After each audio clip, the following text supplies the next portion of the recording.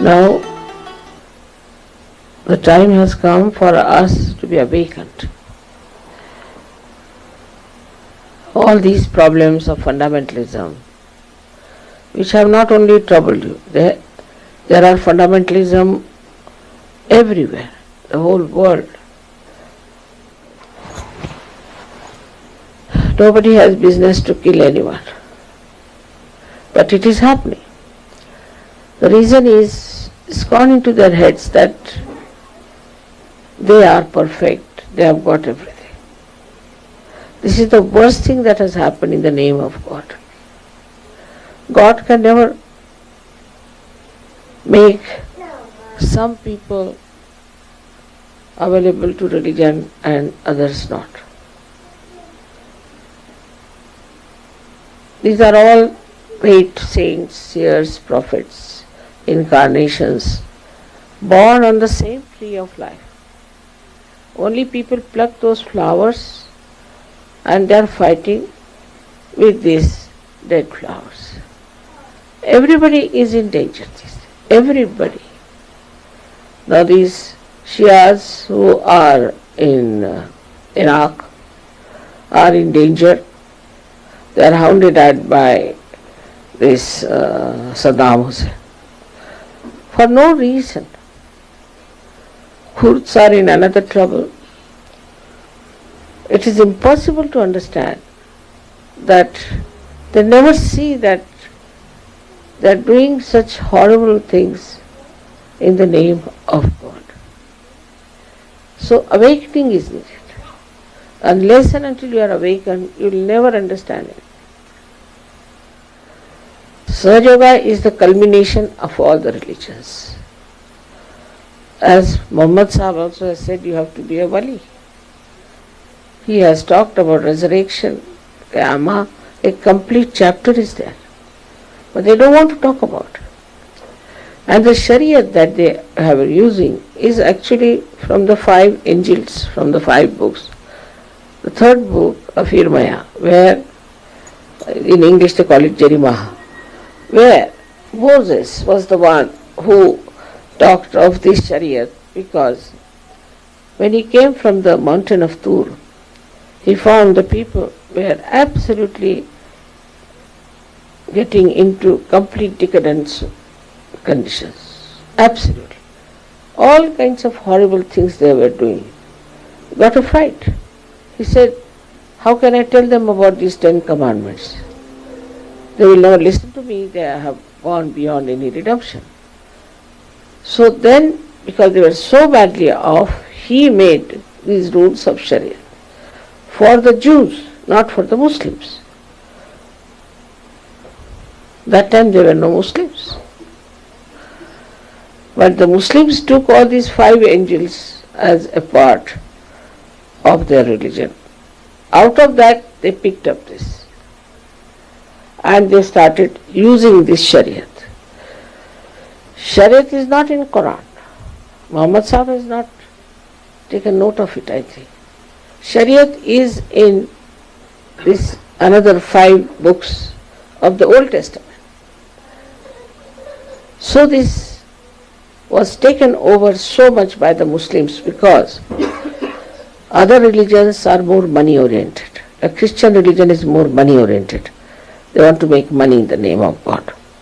But Muslims thought that better to take to power. So they made it power oriented. To make it power oriented, they had to suppress the people. They had to tell them that you can't do this, you can't do that, this is not proper, that is not proper. Otherwise, if you do like this, we'll cut your throat or your hands will be cut. And they do all these things, no doubt, because I've been to Riyadh on every Friday. People are buried alive in the hot sand. Only their heads are kept out. And so many people go to watch it. They really enjoy watching that. So horrible it is. They are just, burning inside. The hot sand is burning them. They can't get out. And only you can see their faces and head, and they ultimately die. This kind of cruelty, how could it be possible for God to do, because He is Rahmat, He is Rahim. And it is even worse than gas chamber, I can say, because you see in front of you somebody dying like that. But when they are there, they don't drink, they don't smoke. They do it secretly, they do. Once I was traveling from Riyadh to London and I slept off. When I opened my eyes, they were all in burqa. They had come in burqa, they had covered themselves up and everything. Then I got up, I saw very fashionable ladies, very fashionable. I thought we stopped somewhere or what. So I asked the air hostess, did we stop somewhere? She said, no, it's a direct flight. But I said, how these ladies, how have they come in?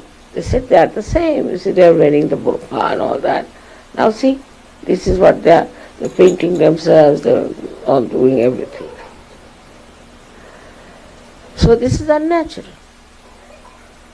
Muhammad Sahib was a very practical man. He would never have said something very unnatural.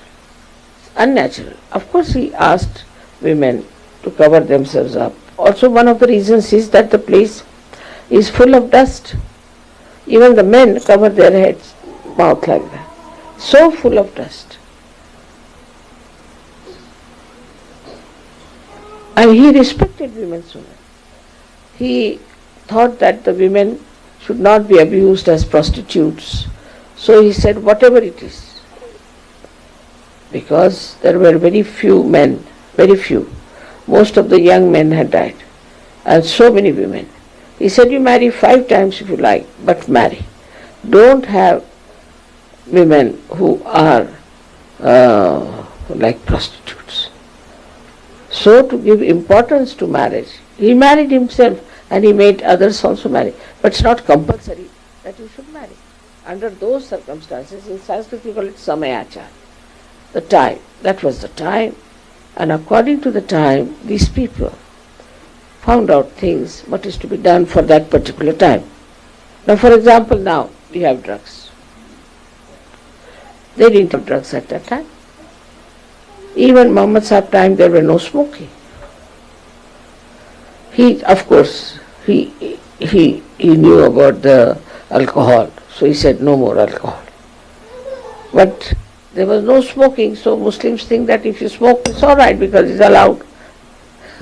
It's an escape, just an escape.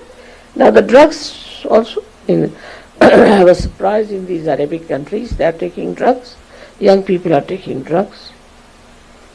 Quite a lot, even ladies take drugs there. It's very surprising. The reason for that is again that in the Quran there is no word of drugs.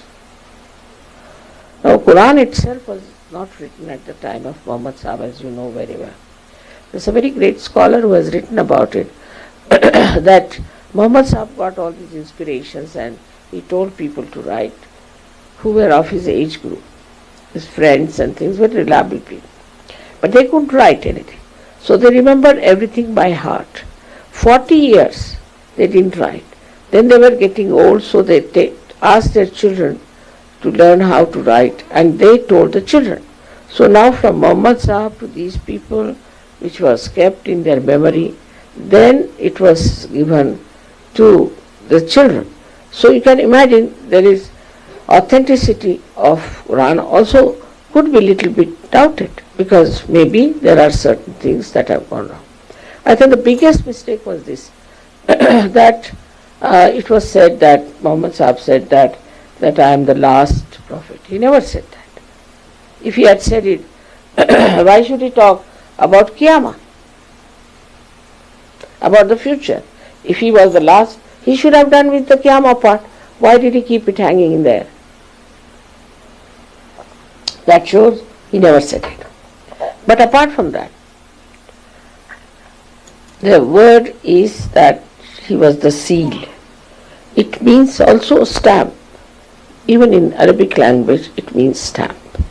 So he is one of the stamps. Like in the Indian scriptures, we have the primordial master. Then we have this master incarnates. Like in Iran, you had Zoroaster. According to Sahaja, Zoroaster was the same. 5 Zoroasters came there to preach about God and religion. These were the people who are now in India, who ran away from there. We call them Iranians, you see. They ran away. This is Persepolis, you know that where Shiraz, near Shiraz, where the whole capital was there at that time.